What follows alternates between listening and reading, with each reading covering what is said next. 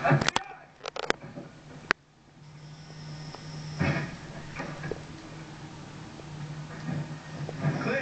Clear.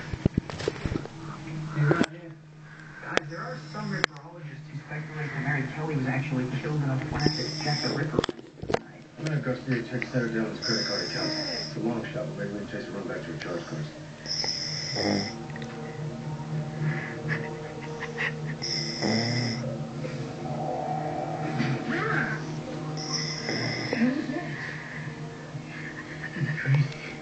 Never can explain those things.